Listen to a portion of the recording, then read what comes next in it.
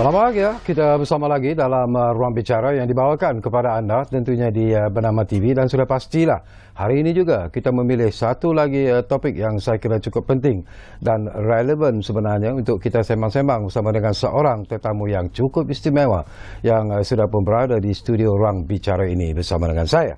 Baiklah, topik yang kita pilih hari ini di Ruang Bicara ialah dimensi baru Kementerian Pendidikan. Ini saya kira sesuatu yang menarik sebenarnya dan juga penting, dan sudah pastilah kita akan mendapat beberapa maklumat yang cukup penting juga sebenarnya daripada tetamu yang sudah pun berada bersama saya di studio Ruang Bicara ini. Kita ingin mengucapkan jutaan terima kasih dan selamat datang buat pertama kalinya kepada Yang Berhormat Fadlina Siddiq yang merupakan Menteri Pendidikan. Assalamualaikum YB. Waalaikumsalam warahmatullahi wabarakatuh. Terima kasih kerana menjemput saya di Ruang Bicara pada malam ini. Dan kami juga cukup berterima kasih atas kesediaan YB untuk bersama kami kembali di Ruang Bicara ini. Baiklah, kita bercakap tentang satu isu yang sebenarnya juga menjadi perbincangan. Bukan saja di kalangan ibu bapa, bukan saja di kalangan pelajar-pelajar, tetapi mungkin guru-guru juga sebenarnya memberikan pelbagai pandangan dan juga pendapat.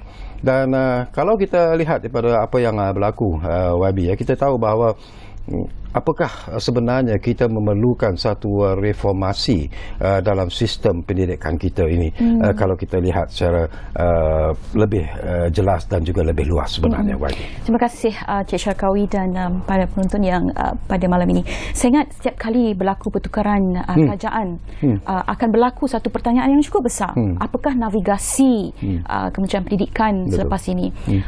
Saya ingat dalam kerajaan perpaduan ketika ini, tumpuan kita pastilah seperti mana yang telah dinyatakan oleh Yang Amat Berhormat Perdana Menteri berkaitan dengan isu ekonomi dan juga kos sara hidup.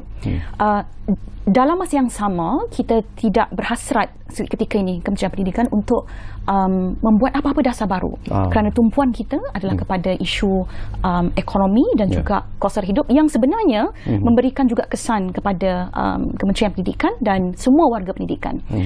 Untuk itu, saya ingat cukup penting ketika ini kita meneruskan dasar-dasar yang sedia ada. Dalam masa yang sama, kita memberikan penekanan kepada beberapa teras. Sebab itu semasa sidang media yang lalu, saya sudah tegaskan bahawa kita ada 7 teras KPM yang mesti kita laksanakan dan mesti diterjemahkan dalam gerak kerja KPM selepas ini. Jadi 7 ini bagi saya cukup penting. Pertama, kita bercakap tentang delivery system penyampaian yang mesti efisien dan efektif. Khususnya bercakap tentang beban guru. Ini memang hot topic di kalangan warga pendidik, dan saya nak ucapkan terima kasih kepada semua guru-guru yang telah pun memberikan banyak input. Sebenarnya dalam 23 hari saya memegang jawatan sebagai Menteri Pendidikan ini, awal minggu kita banyak mendengar cakap ini sangat penting. To be an effective leader is to listen. Jadi kita banyak mendengar dan mendapatkan input. Sebab itulah delivery system ini menjadi isu utama dalam 7 teras kita. Yang kedua adalah, saya fikir juga sangat penting kita bercakap tentang karamah insaniah. Karamah insaniah ini kita bercakap tentang human dignity. Kita bercakap tentang, kita juga sudah mula mempopularkan murid ceria, guru bahagia, bagi menyambut delivery system tadi, sekolah bitara, negara sejahtera. Jadi nak sampai kepada konsep karamah insaniah ini, so delivery system kena betul, beban guru kita kena address, dan juga nak sampai kepada konsep itu, karamah insaniah ni akan diterjemahkan dalam murid ceria, guru bahagia, sekolah bitara dan negara sejahtera ini. So human dignity ni dia merangkumi soal akhlak, integriti, adab. Dan dalam konteks Kementerian Pendidikan ini, kita sudah integrasikan konsep anak ABC. Dia mudah je. ABC Kementerian Pendidikan. Anak baik, cerdik. Dan juga dalam konteks jersey, bukan pakai jersey untuk sukan Olimpik, tapi juga kita bercakap tentang perkembangan mereka, emosi, intellectual, spiritual, jasmani mereka yang dilengkapkan dalam jersey itu. Kemudian kita juga bercakap tentang kemiskinan multidimensi. Ini yang saya fikir ketika ini, kenapa tumpuan kerajaan adalah soal ekonomi dan soal kos sara hidup, ia terkait rapat dengan kemiskinan multidimensi ni, malnutrisi, anak-anak kita tidak cukup makan, miskin peranti, miskin ruang untuk belajar. Sebab itu saya ingat bila dalam ketika di Dewan Rakyat Perdana Menteri sebelum mengumumkan bantuan awal persekolahan menyebut tentang rancangan makanan tambahan misalnya, yang sebenarnya memang kita kena lihat dari segi signifikannya ketika ini, dan juga bagaimana kita boleh membantu melihat kepada isu-isu multidimensi kemiskinan ini. Dan kemudian adalah yang terkait rapat juga dengan soal-soal guru sebagai penyampai teras penyampaian pendidik ini, ya. Ini cakap tentang soal guru ini, kita memang sentiasa mengutamakan kebajikan, dan keutamaan kita adalah guru kita. Dan yang terakhir adalah pastinya bercakap tentang keupayaan digital yang kita sedang menuju ke arah dasar digital dalam pembelajaran ini. Jadi kita kena siapkan prasarana infrastruktur. Bagaimana kita nak bercakap tentang dasar digital kebangsaan, tetapi anak-anak kita masih lagi berhadapan dengan isu kemiskinan multidimensi. Dimensi maknanya kemiskinan peranti yang kita sudah sebut tadi. Jadi sangat penting 7 teras ini untuk kita jadikan landasan dan juga take off kepada pelan pembangunan pendidikan yang akan tamat pada 2025. Ya, betul. Ya. Okey, menarik. Panjang tu. Panjang. Tapi menarik dan jelas sebenarnya apa yang disebut oleh YB. Cuma persoalan yang selalu bermain di kalangan masyarakat kita, rakyat Malaysia khususnya. Mereka selalu menyatakan bahawa setiap kali, tadi pun YB telah pun menyebut tentang isu ini, setiap kali bertukar Menteri Pendidikan, maka sistem pendidikan juga akan bertukar. Dan ini sudah menjadi semacam lumrah sebenarnya. Tetapi daripada apa yang YB sebut, mungkin melegakan ibu bapa khususnya dan juga pelajar-pelajar. Tetapi yang menjadi persoalan yang menarik jugalah, kita bercakap tentang, dulu pun orang bercakap tentang isu kasut sekolah, kasut hitam, kemudian orang bercakap jugalah tentang beg sekolah yang berat, dan ada juga yang menyebut tentang kantin yang mungkin keadaan sekolah itu sendiri yang tidak menyeronokkan pelajar-pelajar. Tetapi saya percaya bahawa YB ada pandangan yang tersendiri bila kita bercakap tentang dimensi baru Kementerian Pendidikan itu. Apa yang direncanakan sebenarnya? Ketika YB berada di luar, bukan sebagai Menteri Pendidikan, apa yang YB dapat lihat tentang sistem pendidikan kita? Itu sangat menarik sebab saya fikir ini adalah pengalaman yang kita panggil sebagai hands-on Jeshakawi, sebab saya 20 tahun sebagai aktivis wanita dan kanak-kanak, dan pengalaman hari ini lebih menjadikan saya maknanya melihat perspektif ini dengan lebih tajam, kerana 5 orang anak saya sedang berada dalam dunia persekolahan yang sama dengan kanak-kanak yang lain. Jadi saya ada unit audit internal.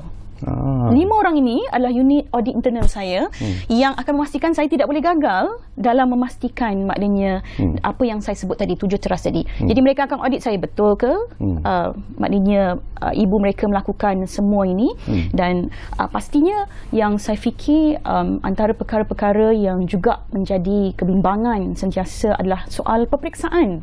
Apabila maknanya UPSR dan juga PT3 ditamatkan misalnya, itu antara isu yang besar yang juga sebenarnya melibatkan 5 orang ini, anak saya juga, yang akan melihat apakah mereka juga akan mendapat impak daripada tamatnya peperiksaan-peperiksaan ini. Tapi suka untuk saya ingatkan pada ibu bapa yang concern tentang peperiksaan ini, saya fikir kita telah pun pergi kepada satu dimensi yang baru, iaitu apabila kita memperkenalkan pentaksiran berasaskan sekolah.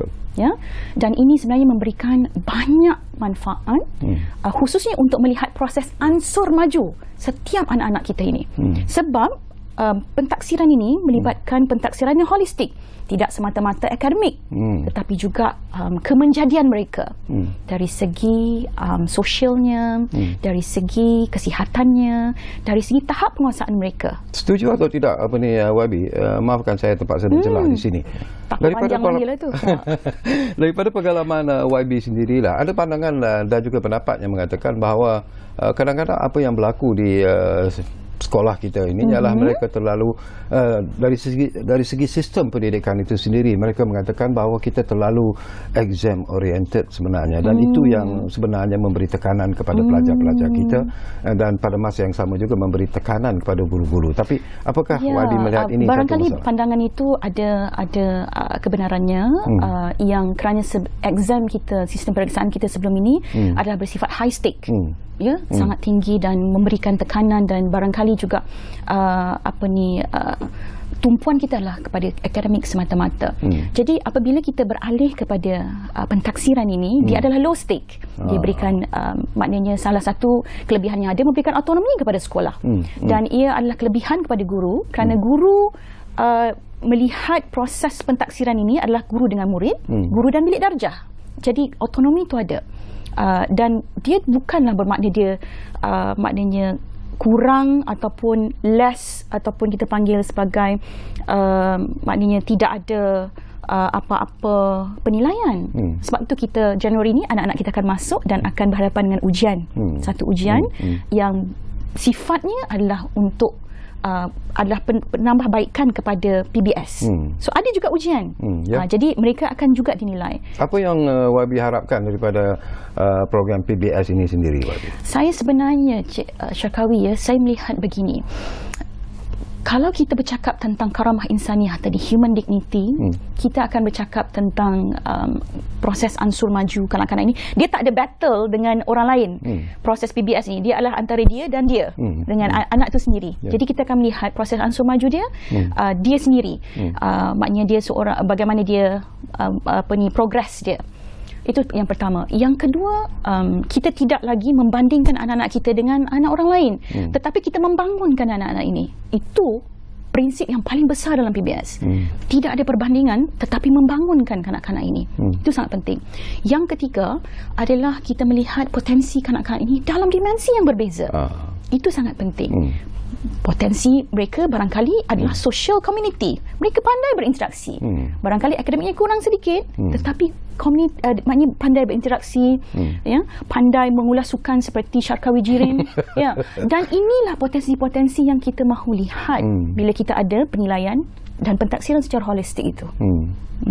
Tapi kalau kita bercakap tentang ialah dimensi baru dalam sistem pendidikan kita, cabaran mungkin berbeza lah. Jika kita bandingkan dengan negara-negara luar, ada yang mengatakan bahawa mungkin juga kerana sistem pendidikan kita itulah yang kadang-kadang gagal untuk melahirkan seperti apa yang YB sebut tadi lah, pelajar-pelajar yang mungkin mempunyai bakat dalam bidang tertentu itu gagal untuk diserlahkan kerana sistem pendidikan sebegitu sebenarnya, seolah-olah menutup bakat yang ada kepada pelajar itu disebabkan oleh sistem pendidikan yang ada. Saya rasa untuk berlaku adil pada sistem pendidikan kita, setiap kurikulum, setiap apa yang kita putuskan tentang kurikulum kita ini akan melalui proses konsultasi dengan semua pakar-pakar pendidikan.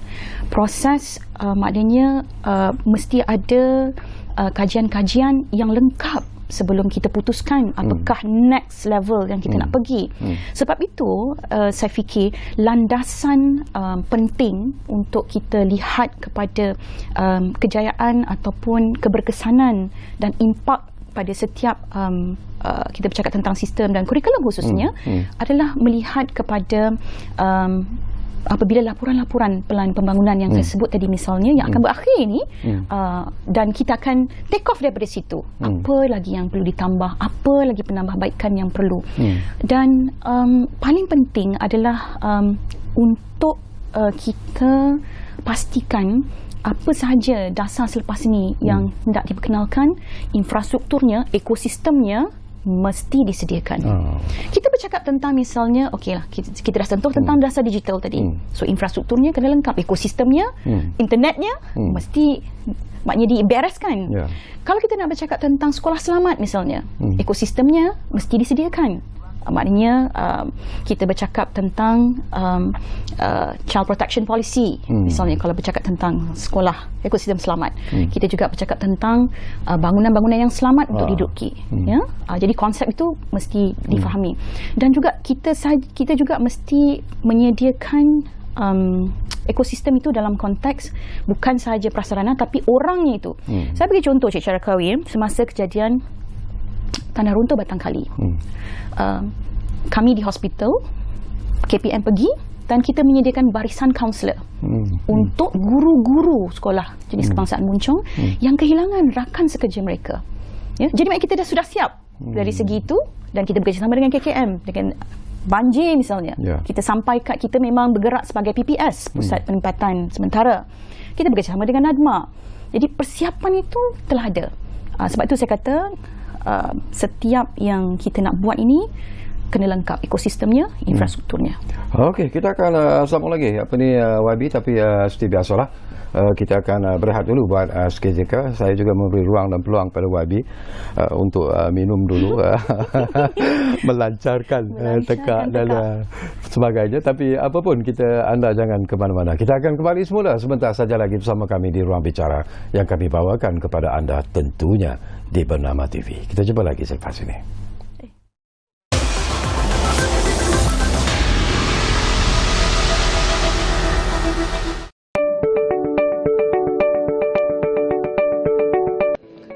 Soal tarif disebut oleh Pandan semalam, tarif elektrik. Yang betul, keputusan Pentadbiran yang lalu ialah menaikkan tarif elektrik. Kertas draft Jemaah Menteri sudah disiapkan. Dari tanggungjawab kami sepatutnya hanya melaksanakan. Tetapi bila saya baca, ini bertentangan dengan dasar kita. Bagaimana mungkin dalam keadaan kos sara hidup begini, rakyat terbeban, kita naik kadar elektrik? Walaupun kita akui dari segi ekonomi, ia satu keperluan kerana kerajaan untuk 1 tahun tidak mungkin membayar 30 bilion ringgit dan untuk suku pertama 10 bilion ringgit menampung keperluan ini. Tetapi bila meneliti semula, saya tidak sanggup meneruskan, maka kadar elektrik tidak dinaikkan bagi keperluan domestik, bagi SMEs, bagi keperluan pengeluaran pertanian. Akan dinaikkan hanya bagi pengeluar syarikat-syarikat besar seperti multinational corporations, syarikat-syarikat yang gergasi yang punya keuntungan bilion ringgit. Dan itu yang kita putuskan, ada anjakan.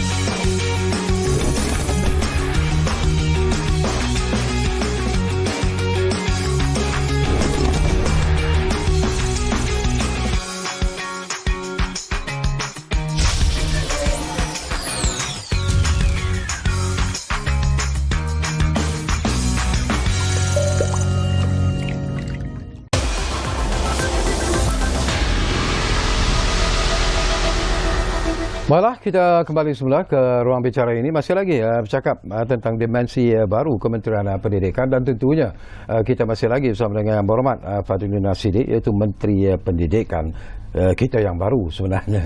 Dan sesuatu yang menarik juga lah, kadang-kadang ada juga orang membandingkan ataupun rakyat membandingkan tentang sistem pendidikan negara kita ini dengan sistem pendidikan di negara-negara luar. Tak tahulah, mungkin dari segi perbandingan itu bagaimana YB melihat, apakah kita sebenarnya perlu bergerak ke hadapan kalau kita mau menyamakan kedudukan kita dengan negara-negara luar, walaupun sistem pendidikan kita sebenarnya adalah antara yang terbaik di dunia sebenarnya. Tapi mungkin YB ada pandangan tersendiri. Terima kasih Cik Syarakawi. Saya ingat pandangan-pandangan itu sangat penting, dan kita di Kementerian Pendidikan sebenarnya sangat meraihkan pandangan-pandangan yang seolah-olah barangkali dan barangkali juga memberikan nilai tambah kepada sistem yang sedia ada.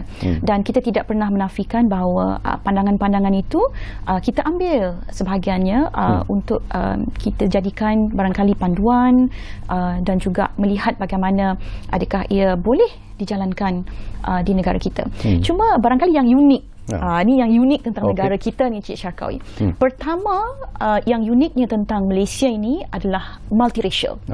Ya, dan saya sangat suka untuk kongsi dengan para Cik Syarkawi dan penonton pada malam ini. Sebenarnya antara keunikan yang terdapat di Malaysia ni yang menyebabkan sistem pendidikan kita ni juga unik adalah tumpuan kita kepada golongan-golongan rentan di Malaysia. Bagi contoh, kita memberikan tumpuan kepada orang asli, anak-anak orang asli, yang saya fikir bukan sahaja kita bercakap tentang akses kepada mereka, kepada pendidikan, tetapi juga kita juga bercakap bagaimana pentingnya ekosistem mereka ini didokong juga oleh ibu bapa mereka. Kita ada satu program namanya Kedap.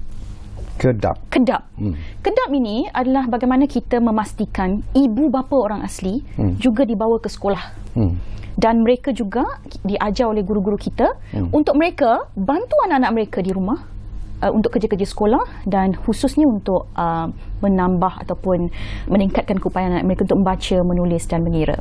Jadi program Kedap ini memang program yang bersifat komuniti dan juga bagi memastikan golongan rentan tidak terpinggir daripada isu-isu pendidikan.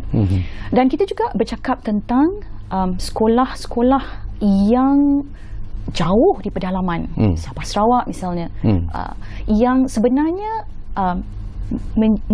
memperlihatkan komitmen kita untuk menyampaikan akses pendidikan dan menjamin hak pendidikan itu, maknanya sehinggalah ke pedalaman. Dan ini yang menarik tentang sistem kita. Dan juga yang kedua yang melibatkan multiracial. Sebab itu saya ingat keunikan sekolah kita pun kita tahulah ada sekolah jenis kebangsaan Cina, Tamil, dan kemudian beberapa jenis sekolah yang lain juga. Bila YB sebut, maafkan saya YB, terpaksa mencelah di sini. Dia risau hilang peluang untuk mencelah. Tentang sekolah-sekolah di luar bandar, khususnya di Sabah dan juga Sarawak. Sebelum program ini pun saya menerima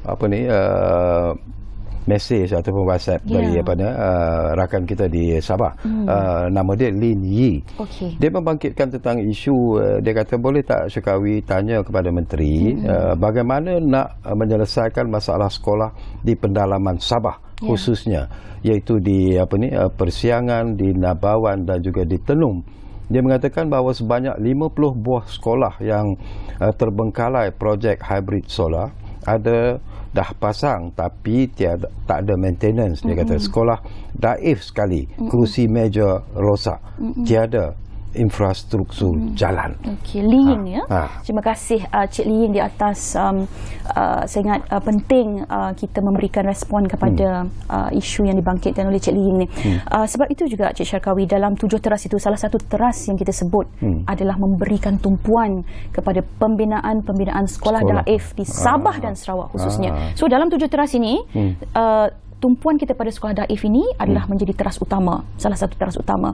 Sebab itu juga saya masuk saja ke KPM ni, maknanya dengan mengambil kira persoalan Li Ying tadi dan concern dia yang cukup tinggi tentang sekolah daif ini, saya minta maknanya ia dijadikan teras utama. Jadi kita akan bagi tumpuan 100 days, 100 hari pertama, kita akan lihat apa yang telah pun kita laksanakan tentang sekolah daif ini, dan kemudian maknanya daripada berdasarkan yang telah pun dibentangkan melalui rancangan-rancangan pembangunan kita. Jadi ini tumpuan kita hari ini untuk memastikan akses kanak-kanak di Sabah dan Sarawak ini diberikan keutamaan dalam pendidikan. So Li, jangan risau, kita memang sudah ke arah itu. Ada juga kalangan ibu bapa yang menyuarakan pandangan dan juga pendapat apabila Kementerian Pendidikan mengambil keputusan untuk tidak mengadakan peperiksaan seperti PT3 dan sebagainya. Mereka mengatakan barangkali ia tidak sesuai kerana mereka gagal untuk menilai di mana sebenarnya kedudukan anak-anak mereka, apakah mereka berjaya dalam pelajaran ataupun tidak. Dan bila kerajaan ataupun kementerian memperkenalkan apa yang YB sebut tadi tentang PBS itu sendiri, apakah ianya akan memberi impak ataupun kesan dalam usaha untuk membina jati diri pelajar itu untuk menjadi pelajar yang serba boleh sebenarnya. Cik Syarkawi, zaman Cik Syarkawi berapa A ke dikira aggregate ke A? Dia kira A. Okeylah A, berapa banyak A? Masa tu saya dapat 4A dalam. Jadi itu yang saya sebut tadi, orientasi kita sudah lama dengan exam, seolah-olah exam ni memang penentu maknanya hidup atau mati anak kita, which is bagi saya ada kesan baik dan buruk. Sebab itulah bila kita perkenalkan PBS ni, kita tak nak lagi lihat exam ni exam yang dibuat, peperiksaan dibuat secara high stake, ya, dan kita mahu lihat dan dia punya kebebasan kepada sekolah untuk mengurus sebenarnya peperiksaan ini berdasarkan keupayaan kanak-kanak di sekolah tersebut. Saya fikir ibu bapa boleh berinteraksi dengan lebih baik melalui PBS ini, kerana apabila mereka dijemput ke sekolah untuk dimaklumkan tentang perkembangan anak mereka, mereka bukan sahaja melihat perkembangan akademik, tetapi juga akan dimaklumkan tentang perkara-perkara yang lain yang telah pun dibuat berdasarkan sistem ataupun rancangan ataupun yang kita panggil sebagai landasan PBS ini. Dan inilah dialog yang paling baik ketika yang saya fikir yang perlu ada antara ibu bapa dan guru kelas berkaitan dengan ansur maju anak-anak mereka tadi. Saya nak bagi jaminan beginilah Cik Syarkawi kepada ibu bapa, bagi ruang kepada PBS ini. Bagi ruang dan kita akan lihat proses anak-anak ini dalam tempoh berapa lama, sekitar sehingga habis sekitaran PBS ini, dan selepas itu kita akan lihat sama ada keperluan atau tidak untuk peperiksaan ini. Dan sebenarnya macam saya sebut tadi, ujian akhir yang akan berlangsung Januari ini adalah tambah baik kepada PBS, yang mana ibu bapa boleh melihat sekiranya mereka risau tentang akademik anak-anak mereka, tak tahu anak ni macam mana boleh kuasai atau tidak. Jadi ujiannya tetap ada, tapi dia bukan bersifat high stake. Dan kalau anak-anak ini pula berminat untuk pergi sekolah berasrama penuh, ada ujian lain yang akan mereka tempuhi jika mereka berminat. Bukan semua orang anak-anak kita nak pergi. Reaksi daripada anak-anak YB sendiri macam mana? Apakah mereka gembira dengan the new system ini? Sebenarnya saya yang gembira. Bukan saya sebagai ibu yang paling gembira. Sebelum saya menjadi Menteri Pendidikan, bila isu PBS ini, saya yang paling gembira. Sebab saya tahu keupayaan anak-anak kita tidak sama. 5 orang tu semua tidak sama. Betul. Jadi bila kita menghadiri sesi ke sekolah dan bercakap dengan guru, jadi guru akan beritahu, okey, begini akademiknya, tetapi dia sangat minat drama. Dia akan participate dengan semua program-program yang berkaitan dengan penonjolan bakat. Jadi kita tahu, anak kita ni barangkali akan menjadi Syarkawi Jirim 2. Siapa tahu. Jadi maknanya ada keupayaan-keupayaan lain yang kita mesti lihat. Sebab itu saya kata, untuk ibu saya yang paling suka. Untuk anak-anak, saya fikir kurang sedikit tekanan untuk mereka. Ramai ibu bapa kata, nampak anak macam main-main lah YB, dia tak ada tumpuan kepada akademik, macam relax sangat. Sebab apa? Sebab kita dah biasa tekan mereka untuk exam. Dan kanak-kanak ini bila kita buat juga ujian ini, maknanya untuk tambah baik pada PBS itu, ruang ini kita bagilah, maknanya untuk mereka melihat balik sama ada ujian-ujian ini boleh membantu mereka untuk melihat pada potensi mereka tadi. Okey, kita juga nak beralih kepada apa yang YB sebut jugalah. Ada juga yang mengatakan bahawa ini di kalangan guru-guru sendiri pula yang mengatakan bahawa dengan perubahan sistem ketiadaan peperiksaan dan sebagainya ini, bebanan kerja guru-guru itu dikatakan meningkat dengan begitu hebat sekali lah, ataupun begitu berat sekali sebenarnya. Malah ada juga yang mengatakan bahawa mereka nak pencen dah lepas ni, tak nak lagi jadi guru. Tak nak jadi guru dah ya. Itu rungutan-rungutan yang kita dengar di kalangan guru-guru kita. Bagaimana dengan reaksi YB? Baik, saya ingat pertamanya sekali lagi saya nak ucapkan terima kasih pada semua guru-guru yang telah pun memberikan komitmen dalam kerjaya pendidikan dan menjadi warga pendidik yang dengan begitu lama. Salah satu teras lagi yang kita sebut berkaitan dengan beban guru ini adalah dengan saya akan mengaktifkan semula Majlis Penasihat Pendidikan Kebangsaan. Baik, apa fungsi dia Cik Syarkawi? Dia bukan semata-mata penasihat 25%, tidak. Tapi penasihat yang akan menumpukan untuk menyelesaikan isu beban guru. Ini fungsi utama Majlis Penasihat ini. Kita bagi kerja spesifik. Dia tak payah pergi jauh-jauh, tumpukan kepada isu beban guru ini dan selesaikan. Itu fokus Majlis Penasihat Pendidikan Kebangsaan yang kita akan umumkan pada Januari nanti. Menarik. Jadi itu juga satu perkhabaran yang gembira sebenarnya kepada guru-guru. Kita cuba kan. Sebab tadi apa? Guru bahagia. Jadi kita akan sedaya upaya menggembirakan guru dahulu supaya guru bahagia. Tugas guru adalah mengajar, kita nak dia bagi tumpuan pada tugas hakiki dia. Bila guru bahagia, murid pun bahagia. Murid ceria. Sekolah bintara, negara sejahtera. Itu impak dia. Okey, beralih sikit tentang sesi persekolahan lah. Diumumkan bahawa untuk 2023 sehinggalah 2024 ini bila akan bermula nanti? Bulan sesi persekolahan yang baru. Kita ada 1 Januari dan 3 Januari lah. Jadi itu dah confirm lah setakat ini. Confirm. Kita dah keluarkan takwim kita dan ramai yang telah pun bagi feedback tentang takwim tersebut. Tapi soalan yang paling popular adalah bila nak balik Januari.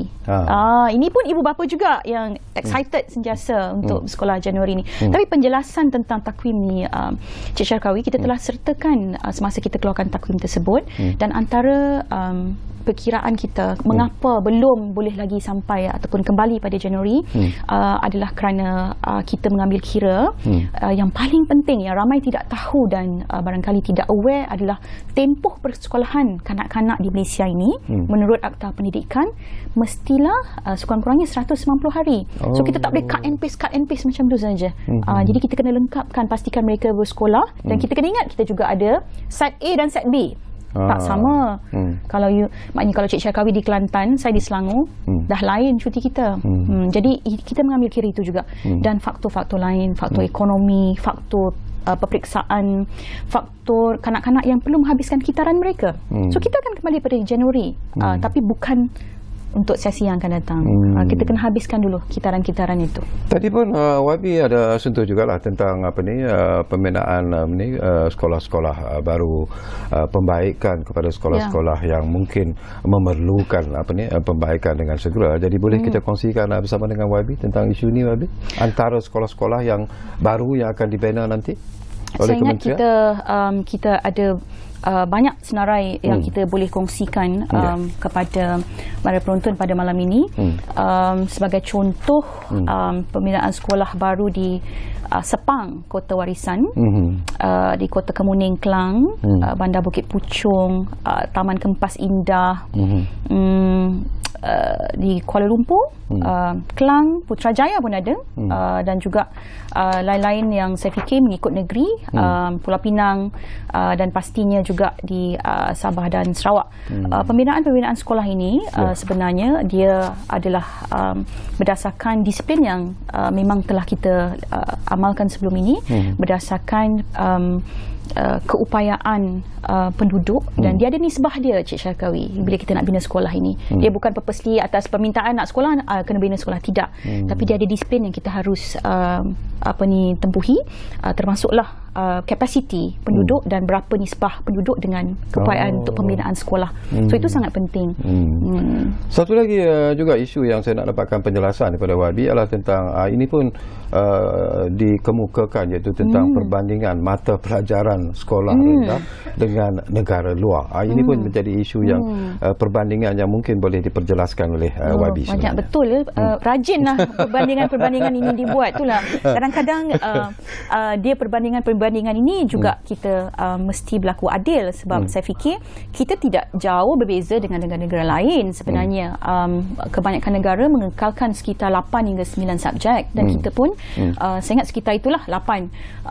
Tetapi yang barangkali yang menjadi kerisauan ibu bapa adalah isu-isu yang terkait rapat dengan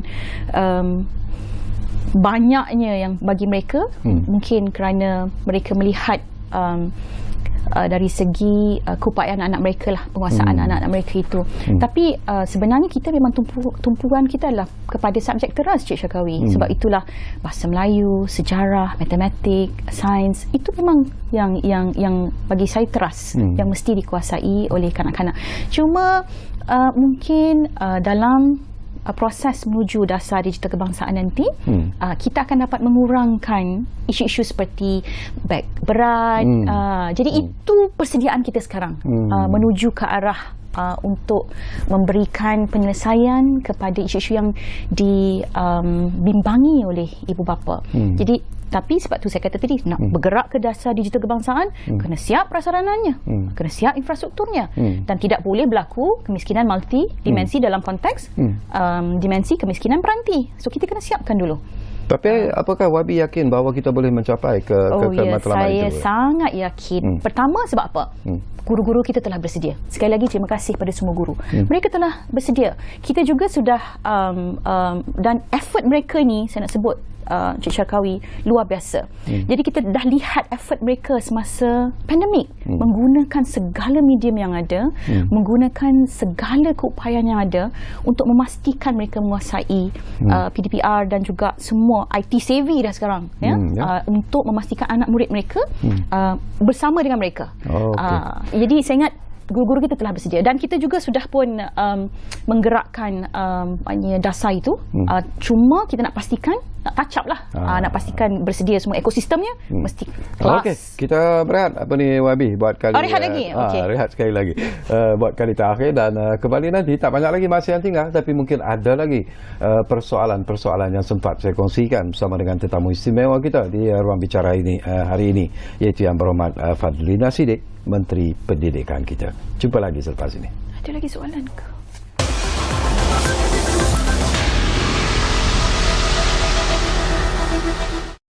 Apakah yang dimaksudkan dengan HFMD?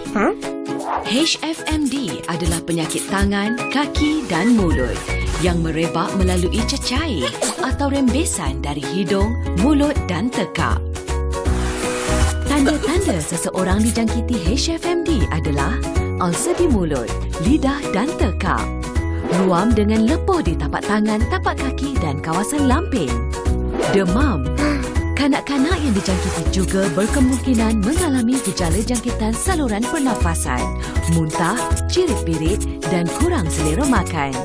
Komplikasi jangkitan HFMD termasuk dehidrasi, radang otak, radang dan kegagalan jantung. Sebagai langkah pencegahan, ibu bapa atau penjaga dinasihatkan untuk sentiasa menjaga kebersihan diri anak-anak, menjaga kebersihan persekitaran, mengamalkan cuci tangan dengan kerap dan betul, menjalankan proses nyah kuman di permukaan yang tercemar. Segera mendapatkan nasihat daripada doktor sekiranya anak anda mempunyai gejala jangkitan HFMD. Tidak membawa anak yang mempunyai gejala HFMD ke tempat awam, termasuk taska, tadika dan prasekolah. Siren amaran awal banjir ialah sistem pengesan kenaikan aras air secara automatik. Sistem ini dilengkapi dengan pembesar suara akustik, sistem pemantauan bersepadu dan menggunakan sistem solar sepenuhnya. Selain itu, ia juga berupaya memberi arahan daripada Pusat Kawalan Program Ramalan dan Amaran Banjir Negara ke stesen siren dengan kaedah voice activation. Keupayaan bunyi siren ini boleh menjangkaui 1 hingga 2 kilometer bergantung kepada keadaan topografi setempat. Terdapat 2 jenis siren. Pertama, bunyi siren amaran.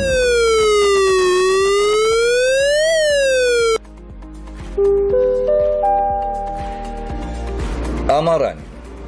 Air sungai telah melebihi aras amaran. Semboyannya kedengaran apabila air sungai melepasi aras amaran dan penduduk diminta bersiap sedia untuk berpindah. Kedua, bunyi siren bahaya.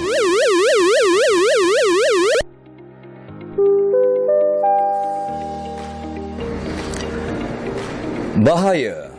Air sungai telah melebihi aras bahaya. Ia diaktifkan setelah air sungai melepasi aras bahaya dan penduduk diminta untuk berpindah serta-merta. Sistem siren amaran awal banjir memberi manfaat kepada masyarakat bersiap siaga menghadapi bencana banjir.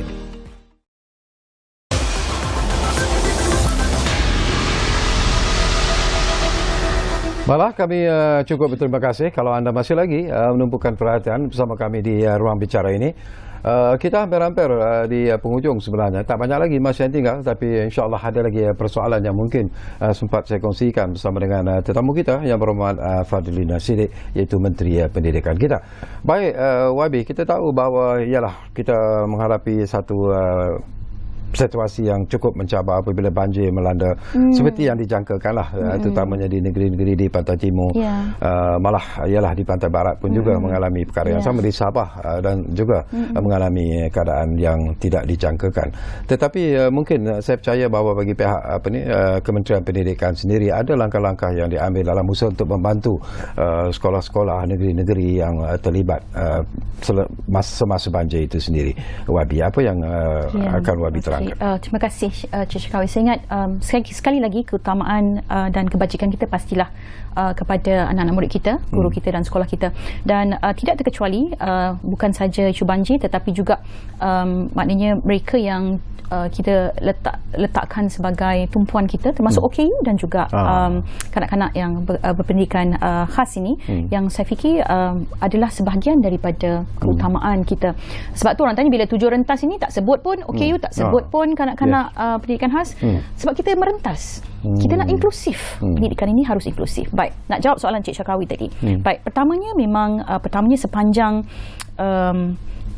preparation kita sebenarnya bermula pada hujung Oktober, November, dan pastinya kritikal adalah Disember. Sebab itu bilik gerakan banjir di KPM memang bertugas memantau, dan kita memang mempunyai sinergi yang cukup kuat dengan JPN, Pendidikan Negeri, dan juga PPD setiap daerah. Itu yang pertama. Yang kedua, apabila banjir melanda ini, seperti yang saya sebut tadi, bahawa kita memang sebagai pusat utamalah, pusat penempatan sementara, dan kemudian pasca banjir ni yang paling kritikal. Dan kali ini sangat luar biasa, khususnya kerosakan yang berlaku khususnya di Kelantan dan Terengganu. Jadi apa yang kita usahakan dan menjadi tumpuan kita untuk memastikan kanak-kanak kembali ke sekolah dan memastikan mereka ceria untuk kembali ke sekolah, Cik Syarkawi, adalah penyelenggaraan pasca banjir. Sebab itu saya umumkan tempoh hari bahawa 50 juta untuk penyelenggaraan ini mesti kita usahakan dengan segera bagi memastikan mereka boleh masuk ke sekolah seperti biasa, dan prasarana itu telah siap, maknanya menggantikan yang kerosakan yang telah pun berlaku. Saya ingat kali ini ujiannya sangat hebat lah. Maknanya sampai tingkat 2 pun air naik kan. Jadi memang memberikan kesan, dan trauma-trauma kanak-kanak ini juga kita kena address. Sebab itulah kita punya kaunselor semua telah pun bersedia untuk memastikan apabila mereka masuk ke sekolah, kanak-kanak ini juga akan mendapat sokongan psikososial, sebagaimana yang kita sebut sebagai disaster preparedness. Maknanya bukan sahaja dari segi prasarananya, peruntukan bagi mereka yang kehilangan maknanya ibu bapa dan sebagainya, kecemasan dan lain-lain, tetapi juga untuk disaster ni lah, maknanya bencana-bencana yang menimpa mereka ini. Jadi kita sudah ada peruntukan-peruntukan kewangan itu, kita sudah ada peruntukan-peruntukan berkaitan bantuan itu yang telah pun kita sediakan daripada awal untuk memastikan mereka boleh masuk ke sekolah dengan ceria dan juga bersedia. Setakat ini bagaimana daripada pemerhatian Wabi sendiri lah pasca banjir ini? Mungkin Wabi sempat melawat sekolah-sekolah yang ada beberapa tempat yang saya sempat pergi dan mengiringi Yang Amat Berhormat Perdana Menteri ke Kelantan misalnya, dan kita lihat sendiri bagaimana kita punya agensi bergerak dalam konteks sinergi yang saya rasa cukup kuat dari segi pengarahan dan juga komitmennya. Dan kita di PPS pun kita bersedia dengan bantuan NADMA dan sebagainya, agensi-agensi JKM dan lain-lain itu. Dan yang macam mana saya sebut tadi, tumpuan kita adalah pasca banjir lah. Selepas itu, kerana melihat kepada kerosakan yang berlaku itu. Itu sedikit barangkali akan memberikan kesan kepada kanak-kanak juga kan, melihat sekolah mereka musnah begitu, tapi kita akan kerjakan dengan segera, pastikan mereka untuk masuk sekolah dengan persiapan yang cukup untuk mereka meneruskan pembelajaran. Bila Wabi menyebut tentang Yang Amat Berhormat Perdana Menteri Datuk Seri Anwar Ibrahim, Wabi menyebut tentang kerajaan perpaduan, tetapi saya ingin mendapat pandangan yang cukup ikhlas sebenarnya. Tak jelas lagi kerajaan perpaduan ni Syarkawi. Bukan tak jelas. Tak jelas. Kita jelas tentang kerajaan perpaduan, tetapi apa yang saya ingin dapatkan pandangan daripada Wabi sendiri adalah tentang komitmen yang diberikan oleh Yang Amat Berhormat Perdana Menteri sendiri untuk melihat bahawa sistem pendidikan kita, Kementerian Pendidikan itu sendiri dapat memainkan peranan yang cukup efektif dalam usaha untuk memberikan satu dimensi yang betul-betul berkesan dalam sistem pendidikan kita. Cik Syarkawi, Perdana Menteri kita ini, Yang Amat Berhormat Perdana Menteri kita kita ini adalah mantan Menteri Pendidikan atau Menteri Pelajaran yang lepas.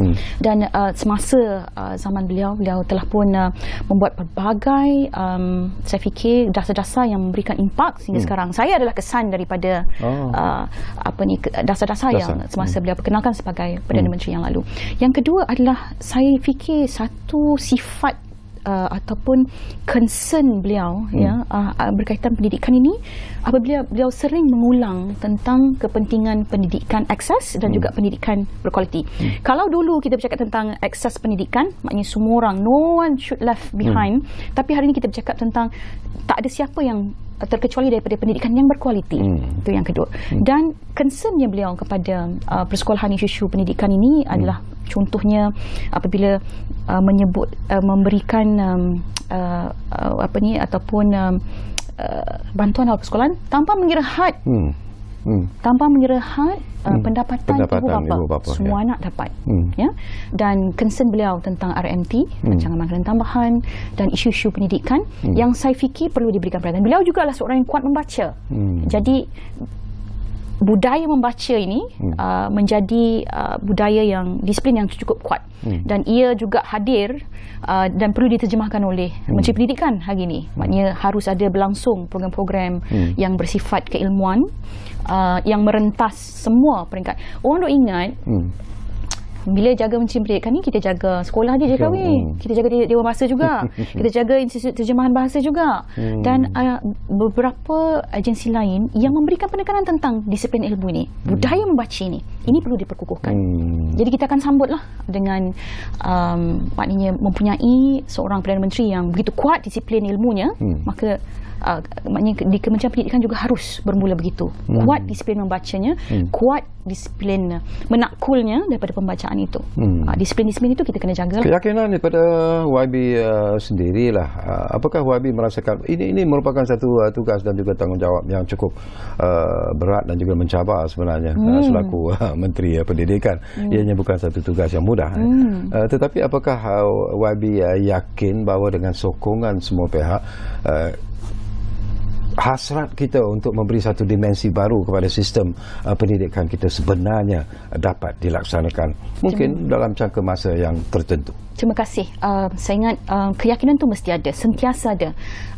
Sebab itu seorang penyair Indonesia, Taufik Ismail, dia pernah menyebut tentang rabun membaca, lumpuh menulis. Maknanya kalau kita tak boleh pastikan kekuatan itu ada pada satu bangsa, dia akan memberikan kesan rabun membaca, lumpuh menulis. Itu yang pertama. Yang kedua, sebenarnya saya sangat yakin dengan KPM kerana kepakaran yang ada. Itu yang saya harus sebut. Kerana peneraju-peneraju, kepakaran-kepakaran yang ada dalam KPM cukup sebenarnya untuk menangani isu-isu pendidikan dalam negara ini.